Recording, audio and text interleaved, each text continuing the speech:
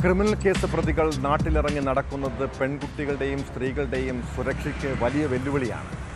ഇതുപോലുള്ള അക്രമികൾ ആരെ ഉപദ്രവിക്കാനും മടിക്കില്ല. കൊല്ലം പുനലൂരിൽ പെൺകുട്ടിയെ പരസ്യമായി മർദ്ദിക്കുകയും അപമാനിക്കുകയും ചെയ്തത് കാപ്പ കേസ് പ്രതിയാണ്.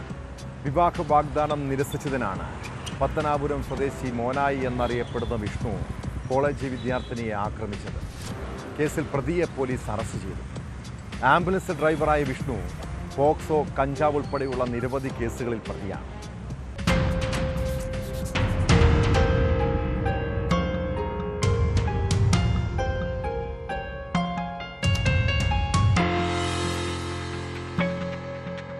പുനലൂർ പൊതുയാടത്ത് വെച്ച് പെൺകുട്ടിയെ പരസ്യമായി അപമാനിച്ച കേസിലാണ് അറസ്റ്റ്.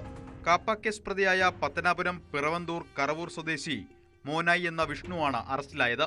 ജൂൺ 16 വൈകിട്ട് കുരിയോട്ടുമലയിലെ കോളേജിലെ 3ാം വർഷ ബിരുദ വിദ്യാർത്ഥിനി ക്ലാസ് കഴിഞ്ഞ് തിരികെ വീട്ടിലേക്ക് പോകുന്നതിനിടെയാണ് ഇരുചക്രവാഹനത്തിലെത്തിയ പ്രതി വഴിയിൽ തടഞ്ഞു നിർത്തി അപമാനിച്ചത്.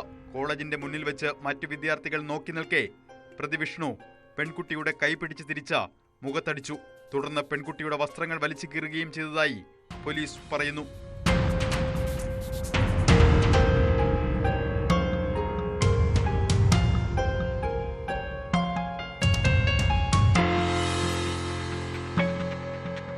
പെൺകുട്ടിയുടെ വീടിന്റെ സമീപത്തായിരുന്നു വിഷ്ണു താമസിച്ചു വന്നിരുന്നത്. തന്നെ വിവാഹം കഴിക്കണമെന്ന് ഇയാൾ ആവശ്യപ്പെട്ടപ്പോൾ പെൺകുട്ടി എതിർപ്പ് പ്രകടിപ്പിച്ചതിലുള്ള വൈരാഗ്യമാണ് ആക്രമണത്തിന് കാരണം. സംഭവശേഷം തമിഴ്നാട്ടിലേക്കും പിന്നീട് കർണാടകയിലേക്കും കടന്നുകളഞ്ഞ പ്രതി അവിടെ ഒളിവിൽ താമസിച്ചു വരികയായിരുന്നു.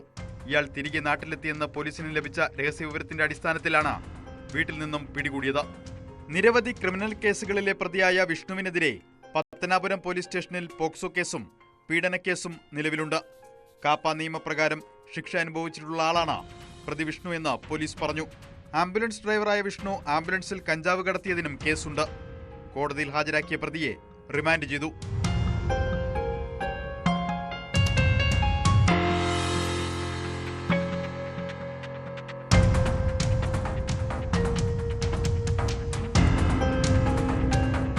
ന്യൂസ് 18 പുനലൂർ.